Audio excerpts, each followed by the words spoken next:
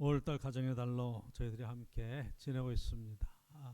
이 가정의 달 여러분 잘 기억하시고 또 우리 김은환 권사님 잘 기도해 주셨는데 5월 5일 어린이날이 있고 5월 8일 어버이날이 있고 물론 5월 15일 뭐 스승의 날도 있지만 5월 21일 뭐 가정의 날 그래서 둘이 하나 되는 그런 날. 그래서 이게 사실은 오늘 5월 7일인데 여기 좀 앞으로 당겨지면 어린이날 중심으로 해서 어린이주일 또 어버이주일 해서 이게 따로따로 드리는 것을 한꺼번에 묶었고 또 저희 교회가 다음 주이면 또 창립기념일 주일을 지켜야 되고 그 다음에 웨슬리 뭐 회심주일 지키고 뭐 이렇게 해서 다른 행사들이 쭉 있기 때문에 그냥 한꺼번에 쭉 모아서 우리가 가정의 달 한꺼번에 우리가 생각하고 5월달 우리에게 주신 이 가정의 의미를 더 깊이 한번 생각해 보려고 말씀을 우리가 준비했습니다.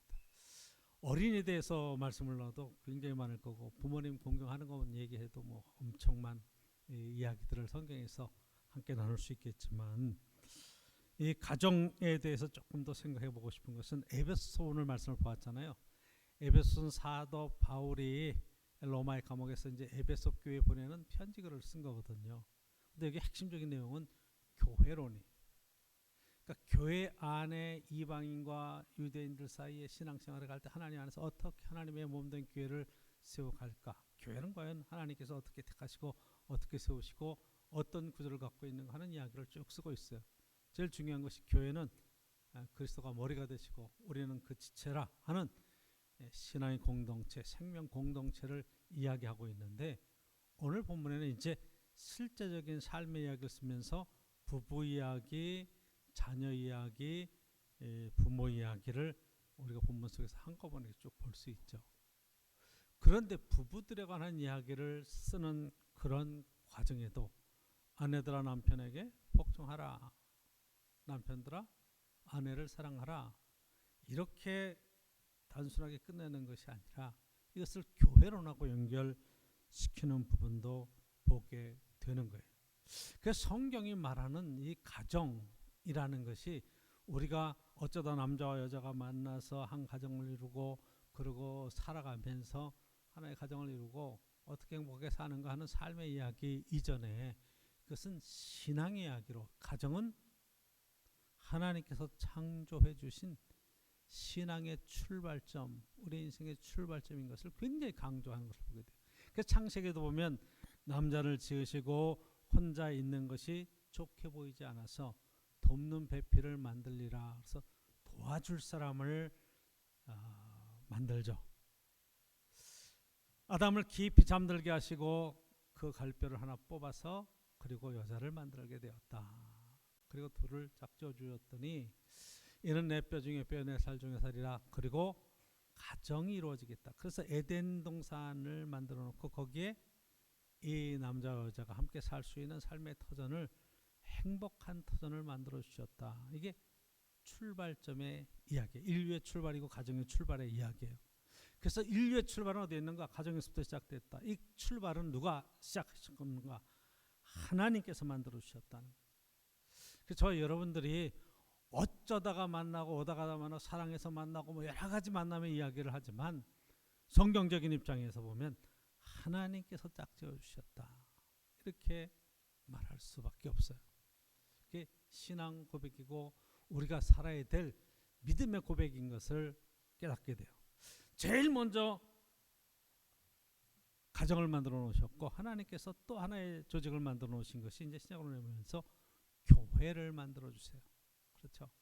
성령이 임하시고 하나님의 교회 공동체를 만들어 주셨어요. 그래서 하나님 안에서 가정을 세우고 교회를 세워가는 것 얼마나 귀중한가 하는 것을 우리에게 깨닫게 하십니다.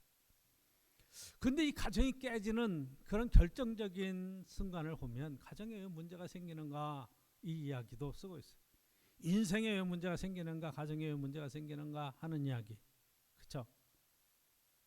그 에덴 동산의 행복한 동산에 사단이 개입하잖아요.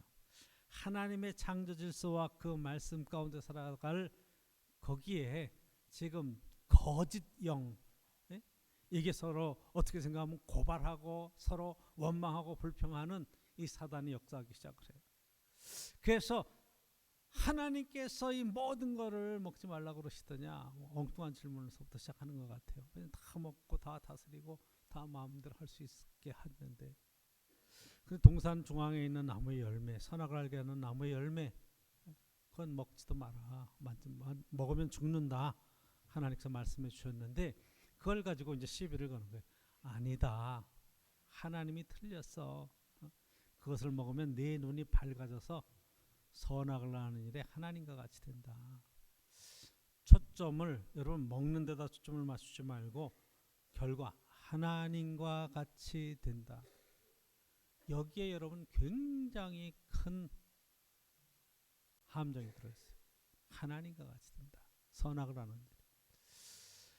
이 보수적이고 유교적인 어떤 관점 속에서 남편을 하늘이라고 그러잖아요.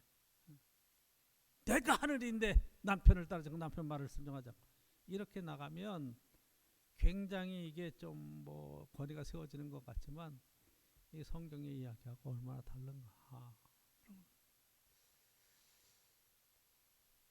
자기의 판단의 기준을 자기가 알고 있는 삶의 이것을 최고로 알고 있고 그렇게 살아가는 삶의 모습이 결국 타락한 그런 모습으로 나타나요. 그래서 선악과를 따먹고 하나님 찾아오셨을 때 아담이 뭐라고 이야기하는 거 하니, 너는 왜 그 내가 먹지 말라고 하는 나무 열매를 먹었느냐 물어봤더니 하는 이야기가 하나님께서 만들어서 내게 주신 저 여자가 내게 따서 주물어 먹었습니다. 그러거든요. 누구를 원망하냐면 핑계를 대는 거예요. 내가 잘못했습니다. 내가 말씀을 깜빡 잊었습니다. 이렇게 자기를 댄 것이 아니라 하나님께서 저 여자를 만들어주지 않았으면 내가 안 먹었을 텐데, 하나님께서 만들어주신 저 여자, 이 여자를 향해서는 하나님이 창조해 주셨을 때 내 뼈 중에 뼈, 내 살 중에 살이라, 내가 아담에게서 나왔으니 너를 하와를 하리라, 내가 남자에게서 나왔으니 여자를 하리라, 굉장히 사랑스러운 언어로 그렇게 표현을 하고 호감을 표현했었는데, 하나님께서 죄에 대한 근거를 물어봤을 때 하나님께서 만들어 놓으신 저 여자 때문에 그랬습니다. 저 여자가 내게 주었기 때문에 먹었습니다. 아니, 안 먹는다고 말할 수도 있고 다 여러 가지 할 수 있음에도 불구하고 다 책임을 하나님과 그 여자에게 돌리는 거죠. 그러니까 죄의 출발점이 어디인가? 그러면 말씀에 대한 불순종이고, 이것이 어떻게 나타나는가? 누구 때문에 그랬다. 원망과 불평으로 나오는 거예요. 여기에 성경 전체로 흐르고 있는 죄의 속성에 관한 이야기를 보는 거예요.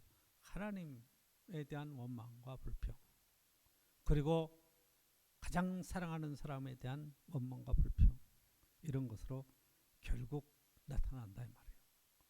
그러니까 여자한테 묻습니다. 넌 왜 먹었느냐? 저 뱀이 꿰물어 먹었습니다. 하나님께서 창조하신 저 뱀. 그래서 벌을 받죠. 에덴 동산에서 쫓겨나요. 그 다음에 엉겅퀴가 나오고 가시 덩굴이 나오고 땀을 흘려 먹고 살 수 있는 그런 상황으로 몰려 나가요. 그래서 둘이 어쨌든 아이를 낳았어요.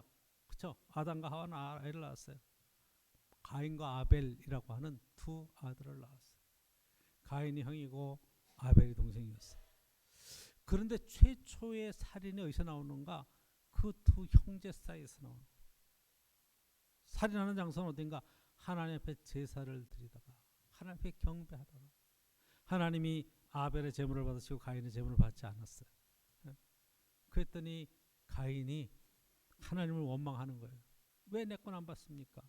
자기가 한 것에 대한 반성이나 이런 것들이 아니에요. 왜 내 걸 안 받았습니까? 저놈 거만 받았으니 저놈만 없으면 내 거 받으시겠지. 그래서 들에 있을 때 동생을 돌로 때려 죽이는 거예요. 그러니까 가정 안에서 일어나는 폭력, 그 살인, 이게 최초의 살인이에요. 그러니까 창세기에 태초에 만들어진 가정 안에서 자녀들이 탄생했고, 그 자녀들 속에 살인하는 일을 통해서 이 땅에 죄가 어떻게 퍼져나가는가 하는 이야기를 쭉 쓰고 있는 것이 성경의 역사예요. 인류의 죄가 어떻게 시작되었는가 하는 이야기죠. 가정의 이야기죠. 근데 이거 예수 그리스도께서 오셔서 이것을 회복시키시잖아요. 그렇죠? 가정을 회복시키시잖아요. 십자가의 죽으심으로 하나님과 사이에 막힌담을 하시고 하나님에 대한 원망과 불평과 핑계가 아니라 하나님을 진심으로 사랑하며 섬길 수 있게, 그렇죠? 너의 하나님을 마음을 다하여 뜻을 다하여 정성을 다하여 사랑하라. 하나님을 사랑하는 그 사랑으로, 그리고 네 이웃을 내 몸과 사랑하라는 것처럼 우리가 형제를 향해서 진실로 사랑할 수 있는 그런 십자가의 은혜로 우리를 구원해내시고 회복시켜 주셨어요. 이게 성경의 핵심적인 이야기예요.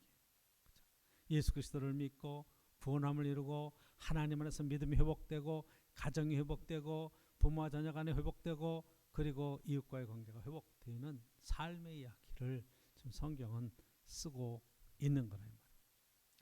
그래서 여러분들이 오늘 본문 속에서 정말 이 회복되는 하나님과의 관계가 회복되고 내가 믿음이 회복되고 하나님 안에서 교회 공동체에 들어와서 우리가 이 시간도 함께 예배드리는 하늘 가족으로서 삶을 살아가지만 이 하늘 가족으로 산다는 것이 과연 무엇인가?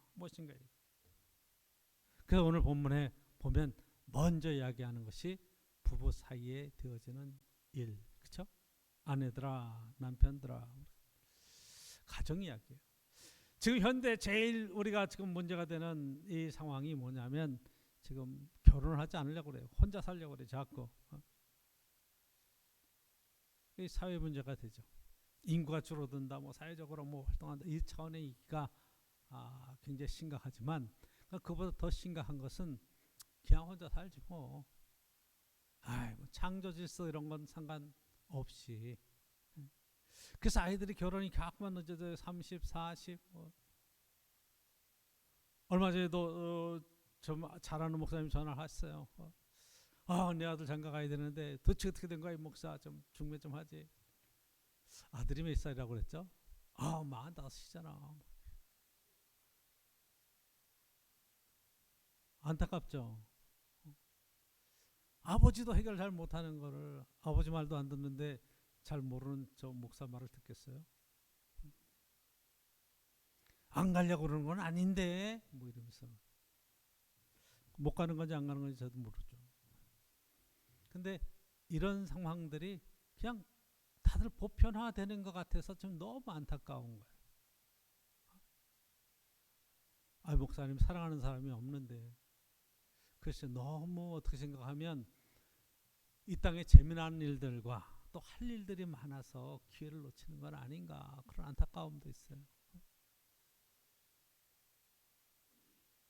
사랑한다는 게 무엇인가, 산다는 게 무엇인가, 가정을 이룬다는 게 어떤 의미가 있는가, 그런 것들에 대한 생각을 더 깊이 할 수밖에 없다.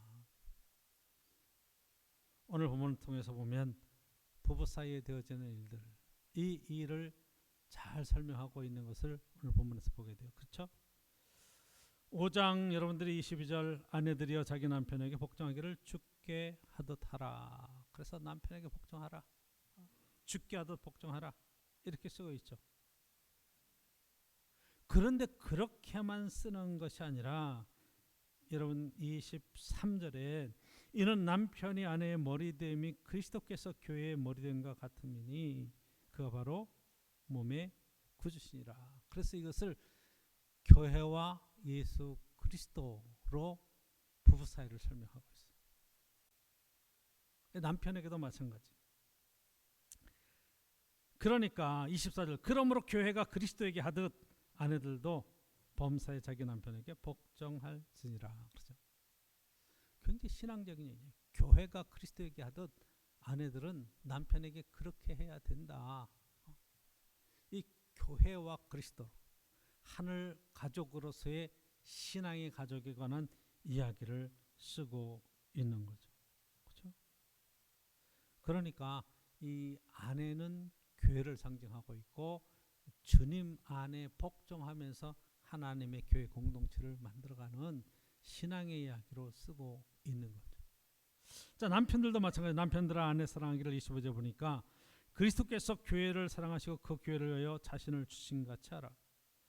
야, 남편이 아내를 사랑해야 되는데 어떻게 그리스도께서 교회를 위해서 자기를 주시고 목숨 걸고 사랑했는 그런 것으로 그렇게 하라는 거예요. 그래서 27절에 보면 자기 앞에 영광스러운 교회로 세우사 티나 주름 잡힌 것이나 이런 것들이 없이 거룩하고 흠이 없게 하려 하심이라. 아내를 사랑하는데 아내를 향해서 정말로 티 하나 없이 주름 잡힌 거 하나 없이 거룩하고 흠이 없게 그렇게 사랑스러운 존재로 아내를 사랑하고 세우라.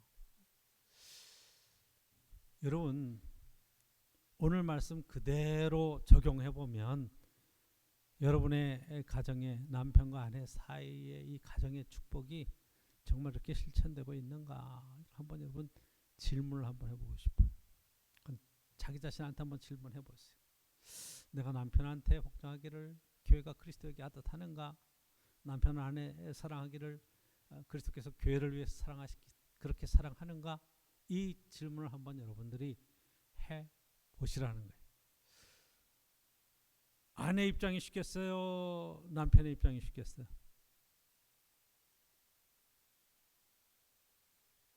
요즘 교회에서도 복종 안 하고 자기 주장이 강한 교인들도 많아요. 죽게 하듯 해도 아이 주님 떼쓰고 그러는 교인도 많아서 이렇게 복종하라. 그런데 이게 사실 에베소서는 교회론에 관한 얘기거든요. 교회가 과연 어떤 존재인가 하는 것을 이야기하면서 지금 이 교회론에 관한 이야기를 가정으로 들고 와서 남편과 아내 사이를 교회와 그리스도의 관계로 그리스도가 교회의 머리됨. 그래서 머리의 지시를 받고 움직이는 교회의 삶의 신앙생활을 가정생활로 순환시키는 이 역할을 하고 있는 것을 보게 돼요. 그러니까 가정은 신앙의 공동체가 되어야 된다. 그래서 맨 마지막에 여러분 보면 여러분 33절인가요? 그러나 너희도 각각 자기 아내 사랑하기를 자신같이 하고 아내도 자기 남편을 존경하라. 남편을 존경하라. 아내를 사랑하라. 굉장히 좋은 이야기죠. 근데 여러분 이게 실천을 실제로 하고 있는가? 실천할 때는 어떤 일들이 일어나는가? 인생을 여러분 결혼해서 사랑해서 출발해서 자녀놓고 쭉 살다 보니까 나이가 들면서 너무 상대방에 대해서 익숙하고 편해서 그런지 존경하지 않아요. 존중하지 않아요. 함부로 행하는 그런 일들이 얼마나 많아지고. 예수 그리스도께서 이 교회를 사랑하시고 자기를 주신같이 사랑하시는 그 사랑으로 우리에게 생명을 주시고 십자가의 그 큰 은혜로 우리를 구원하시는 그 희생과 사랑이 우리의 가정에 남편의 마음속에 있는가? 아이 목사님, 제가 가정을 얼마나 위해서 애를 썼는데요. 이른 새벽에 나가서 밤늦게까지 일을 했죠. 제가 해외에 나가서 일했죠. 내가 정말 위험한 일도 다 감당하면서 그 직장 생활의 어려움을 다 참아내고 했던 것이 뭐 때문에 그랬겠어요? 가정 사랑하기 때문에, 나 아내 사랑하고 아이들 그 일을 위해서 내가 수고하고 했지 않았습니까? 그런데 아이들이 나를 대하는 거나 아내가 나를 대하는 걸 보면 너무 서운합니다. 그렇게 얘기할 수도 있어요. 그런데 여러분, 성경에서 말하는 예수 그리스도께서 교회를 위해 자기의 목숨을 버린 것 같이 사랑하라고 하는 이 사랑의 메시지가 무게가 과연 그 정도 되겠느냐 말이에요.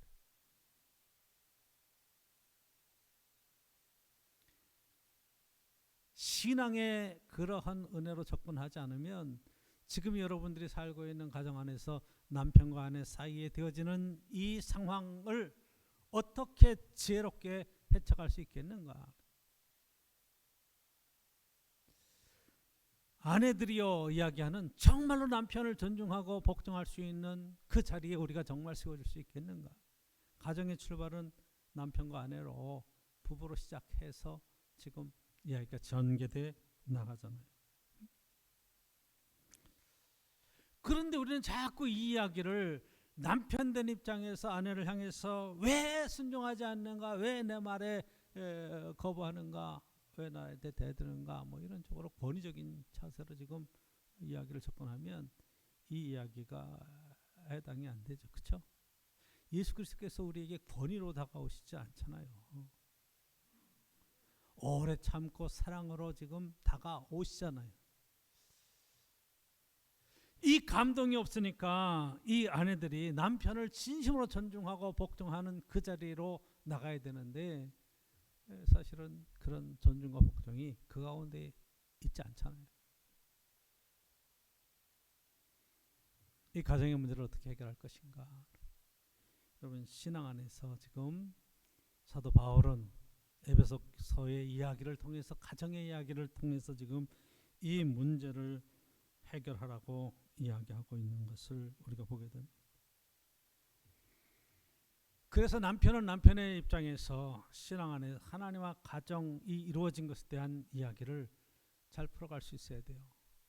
창세기에 보면 죄의 문제 출발점이 어디 있다고요? 당신 때문에, 하나님 때문에 원망하고 불평하고 탓하는 데서 시작된다는 거예요. 그렇죠? 그러니까 원망과 불평을 끌어내야 돼요. 저와 여러분의 마음속에 있는 그러한 마음들이 이게 깨져야 돼요. 있는 그대로 존중할 수 있는 그러한 역사가 있어야 돼요. 제 설교를 준비하면서 이런저런 자료를 보다가 이혼 전문 변호사가 있더라고요. 이혼 전문 변호사. 그런 게 다 있나? 그러니까 요즘 하도 이혼을 많이 하니까 그분은 다른 거는 전정 안 하고 이혼만 전담해서 이렇게 하는 거예요. 이혼 상담하러 오면은 사람들이 그런다는 거예요. 막 원망과 불평을 막 털어놓는 그런 스타일도 있고, 또 어떤 사람은 막 찔찔 우는 사람도 있고, 뭐 여러 가지 있다는 거예요. 그러면서 하는 질문이 막 속에 있는 얘기를 털어놓으면서 변호사님 같으면 이럴 때 사시겠냐, 이런 얘기를 한대요. 변호사님 같으면 살겠냐.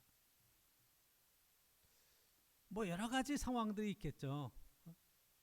그러니까 헤어져야 되겠다가. 근데 지금 너무 쉽게 우리가 이혼의 이야기도 하고 갈라섬의 이야기들도 하는데 안타깝다는 거예요. 안타깝다.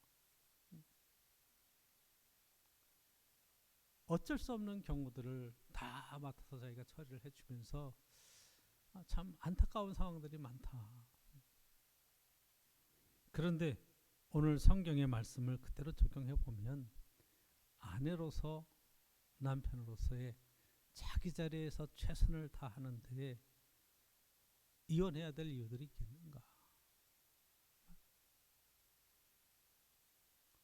여기에는 여러분, 남편은 남편으로서, 아내는 아내로서의 그런 삶에 대비되는 부분 속에서 자기 역할을 감당 못했을 때 일어나는 그런 일들이 차라리 그냥 헤어지자, 이 문제에 봉착하지 않겠는가 이 말이에요.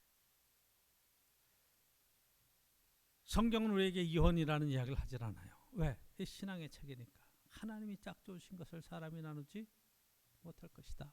그렇게까지 말씀하시면서 정말로 이것이 예수 그리스도 안에서 하나님의 축복 속에 회복되어야 될 가정의 이야기, 회복되어야 될 에덴 동산의 이야기, 사탄의 역사 속에서 원망하고 불평하고 그리고 상대방을 저주하는, 거기에서 어떻게 돌이킬 수 있겠는가?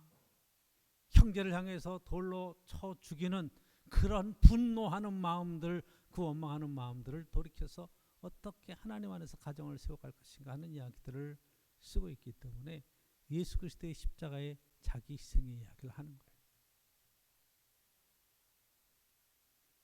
정말로 죽기까지 희생하고 있는가? 아니, 요즘 목사님 희생을 어떻게 얘기할 수 있겠습니까? 더 좋은 기회를 찾아야죠. 그런데 상처가 크고 아픔이 크니까 이것을 감당해야 되겠다고 말하면서 지금 어려운 일들을 헤쳐가고 있잖아요. 가정이 굉장히 중요합니다. 그런데 오늘 성경 안에서 정말 믿음으로 세우는 가정이 아니면 회복되기가 너무 힘든 상황이 저 여러분들이 예수 그리스도 안에서 정말로 주님을 신앙으로 고백하고 있으면 이 믿음으로 우리의 가정과 삶의 자리를 온전하게 회복하시는 하나님의 그 큰 은혜를 힘입을 수 있기를 간절히 축복합니다. 은혜가 있어야 돼요. 믿음이 있어야 돼요. 우리가 고린도전서 13장에 사랑은 오래 참고 사랑은 온유하며 사랑에 관한 이야기들을 쭉 보았습니다. 정말 사랑하고 있는가? 내가 예수 그리스도를 통해서 하나님을 사랑하고 이웃을 사랑하고 하는 이 사랑에 이웃에 제일 가까운 사람이 누군가? 여러분 어떻게 생각하면 너무 가까이 있기 때문에 촌수가 없기 때문에 우리가 너무 당연하게 함부로 하는지도 몰라요. 얼마나 소중한지, 얼마나 귀한지. 차라리 모르는 사람한테는 존중하고 함부로 하지 아니하고 예절을 지키는데 너무 가깝기 때문에 예절을 안 지키고 함부로 하는지도 몰라요. 신앙 안에서 이 일을 회개하고 우리가 돌이키면서 정말로 이 아내들은 남편에게 정말로 복종할 수 있고 말씀으로 다가갈 수 있고 남편들은 아내를 진심으로 사랑하고 존중할 수 있는 그런 귀한 역사들을 저 여러분과 함께 이루어갈 수 있기를 간절히 축복합니다. 회복되는 과정을 통해서 에덴 동산의 축복과 하나님의 위로를 경험할 수 있는 귀한 믿음의 역사가 있기를 축복합니다. 가정이 세워져야 되죠. 이 가정을 통해서 하나님께서 그 다음에 이야기를 하죠. 6장으로 넘어가면서 이야기들이 이어지죠. 두 번째 보면 자녀들아. 그래서 우리는 누구의 자녀잖아요. 그렇죠? 주 안에서 너희 부모에게 순종하라. 그래서 이것이 옳으니라. 자녀들은 부모를 존중하고 순종하는 거예요. 네 아버지 어머니를 공경하라. 공경하는 거예요. 이것이 약속 있는 첫 계명이다. 약속은 어떤 약속이냐? 이로써 내가 잘되고 땅에서 장수하리라. 땅에서 형통하고 장수하는 축복은 부모를 존중하고 공경하는 데서도 일어난다. 부부 사이에 건강하게 사랑의 아름다운 믿음의 그런 건강한 가정을 이루면 자녀들도 이 건강한 가정 안에서 든든하게 잘 세워져 가고 행복한 삶의 여정을 우리가 함께 보며 누릴 수 있습니다. 자녀들에게 우리가 공경을 가르쳐야죠. 더 나아가서는 저와 여러분들이 부모를 공경할 수 있는 공경하는 자리에 세워지는 게 중요하잖아요. 저희 어머니도 이제 100세가 거진됐어요. 98세, 장모님도 91세, 90세가 다 넘으셨어요. 아직도 건강하셔서 생활하시는데 불편함이 없고 그러셔서 너무 감사하죠. 효도한다는 것이 이게 옆에서 계속 함께 살면서 하기가 쉽지 않아요. 멀리 계시고 또 혼자 생활해 가시는 삶의 정 속에 불편함이 없이 보살펴 드린다는 건 참 쉽지 않은 어려운 일들이에요. 그럼에도 우리가 공경하고 존중하고 해야 될 결정적인 이유가 어디에 있는가? 자녀된 들여서 부모를 공경하는 것을 통해서 뭘 세우는가 하면 신앙의 전통과 가정의 그러한 전통을 세워갈 수 있는 거란 말이에요. 우리가 인생을 살아보니까 그렇잖아요. 어릴 때는 배움의 길에서 그렇게 해서 또 가정을 이루려고 애를 쓰고 가정을 이루어서는 자녀들과 함께 살다가 나이가 들면 그 다음에 점점 약해지고 은퇴하고 그리고 요양원과 요양병원으로 가셔서 나중에 인생을 이렇게 마감하시는 걸 보게 되죠. 옛날에는 다 대가족제로 한 가족에서 모여서 가정에서 제가 목회 처음 나갈 때만 해도 다 운명하실 때는 가정에서 돌아가셨어요. 병원에 입원해 계셔서 응급실에 계시고 그러다고 해서 사망하셔도 사망하기 전에 앰뷸런스 타고 다 집에 와셔서 집에서 돌아가셔서 집에서 장례를 치렀어요. 옛날에는 그랬거든요. 근데 지금은 건강하시다고 돌아가시려고 그러면 병원으로 가셔서 거기서 장례식장에서 장례를 치르잖아요. 완전히 문화가 바뀌어져 버렸어요. 인생에 가는 길이 눈에 보인다고요. 이제 다음에는 내가 저기에 가 있겠구나. 다음에는 저기에 가 있겠구나. 왜? 부모님을 보니까 주변의 어른들을 보니까 건강하게 노년의 삶을 잘 살다가 갑자기 이렇게 부름을 받고 하는 것도 귀한 일이다. 며칠 전에 가수 현미 씨가 갑자기 돌아가셨어요. 자다가 뭐 그날 공연하고 집에 돌아가셨어요. 그랬더니 주변에 얘기를 보니까 다 부러워하는 거예요. 아이고 나도 저렇게 갔으면 좋겠다. 나도 열심히 일상생활 하다가 뭐 이렇게 병원도 안 가고 양로원도 안 가고 요양원도 안 가고 그렇게 어느 날 자다가 죽었으면 좋겠다. 현미 씨 참 복 받았네. 그것도 가서 노래하는데도 뭐 가서 자선 공연한 거래. 뭐 부러워해요. 왜? 인생의 마지막이 어떻게 가는 걸 우리가 알기 때문에. 기회 있을 때 더욱 우리가 효도를 하고 부모를 공경하고 이런 것들은 자녀들의 가장 기본적인, 내가 하나님 아버지를 섬기는 것과 같이 부모에게 순종하고 부모를 공경하는 것, 이것이 하나님께서 약속을 주셨어요. 내가 땅에서 잘되고 형통하리라, 장수하리라. 가정에서 이루어지는 일이죠. 자, 그 다음에 이제 4절 보면 또 이렇게 말씀을 쓰고 있어요. 또 아비들아, 어미들아, 마찬가지죠. 부모에게 권고하는 거죠. 너희 자녀를 노엽게 하지 말고 오직 주의 교훈과 훈계로 양육하라. 함부로 하지 마라. 아이들에게 주의 교훈과 훈계로 양육하라. 양육한다는 게 잘 돌보고 인격적으로 기르는 거예요.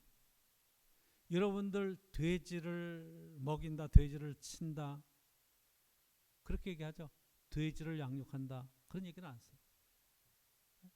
소를 먹이고 있다, 소를 키우고 있다, 이런 표현을 써도 소를 양육하고 있다, 이런 표현을 안 쓴다. 오직 사람에게만 써요. 그건 뭔 얘기예요? 인격적인 존재라는. 그렇죠? 정말로 그리스도 안에서 세워지는 거예요. 주 안에서. 그렇죠? 오직 주의 교훈과 훈계로 양육하라. 주님이 부모에게 하듯 죽게 하듯, 남편에게 하듯 죽게 하듯, 다 죽게 하듯 주의 교훈과 자녀들도 주님께서 내게 맡겨주신 귀한 생명들이고 하나님의 자녀인데, 내 아들 딸이기 이전에 하나님께서 내게 주신 생명의 축복이고 하나님의 자녀인데 하나님의 뜻대로 교훈하고 세워간다는 것, 굉장히 귀한 것이죠. 물론 좋은 대학 보내고 교육 잘 시키고 좋은 직장 갖게 하고 그래서 그 후원하고 굉장히 귀한 일이에요. 그러나 그거보다 먼저 우리가 해야 될 것이 주님의 축복 속에 하나님 안에 아름다운 인생으로 세워질 수 있는 믿음을 심어주는 것보다 더 귀한 것이 어디 있겠는가 말이에요. 그래서 가정의 핵심적인 내용은 예수 그리스도, 그분에서, 주님 안에서 부부가 맺어지고 주님 안에서 부모를 공경하고 주님 안에서 자녀들을 믿음으로 양육해가면서 여러분들의 인생 속에 정말로 하나님께서 베푸시는 넉넉한 하나님의 위로와 축복과 은혜를 고백하고 우리 주님께서 이 일을 이루어주셨습니다 하는 그런 아름다운 믿음의 삶을 멋지게 인생을 살아낼 수 있기를 간절히 축원합니다. 기도하도록 하겠습니다. 아버지 하나님 감사합니다. 믿음 안에 온전하게 세워지게 하시고 주의 일하심 속에 오늘도 서로 사랑하며 존중하며 하나님 은혜 가운데 아름다운 하늘 가족으로 세워지는 축복과 은총의 역사를 이루어갈 수 있게 하옵소서. 우리의 입술에서 원망과 불평과 하나님 저주는 끊어지게 하시고 오직 사랑의 아름다운 언어로 하나님께서 맡겨주신 귀한 삶의 여정을 세워갈 수 있는 축복과 은총도 허락해 주옵소서. 오늘도 하나님의 그 큰 사랑으로 가정에 대한 말씀을 듣고 내가 어떻게 해야 될까를 말씀 속에서 깨닫게 되었는데 하나님, 이 말씀이 걸림이 되지 않기를 소망합니다. 말씀에 순종해 가면서 하나님 맡겨준 귀한 가정에 하늘의 위로와 축복이 넘치는 귀한 터전으로 세워주옵소서. 예수님의 이름으로 기도드리옵나이다. 아멘. 559장 찬송 우리 함께 드립니다.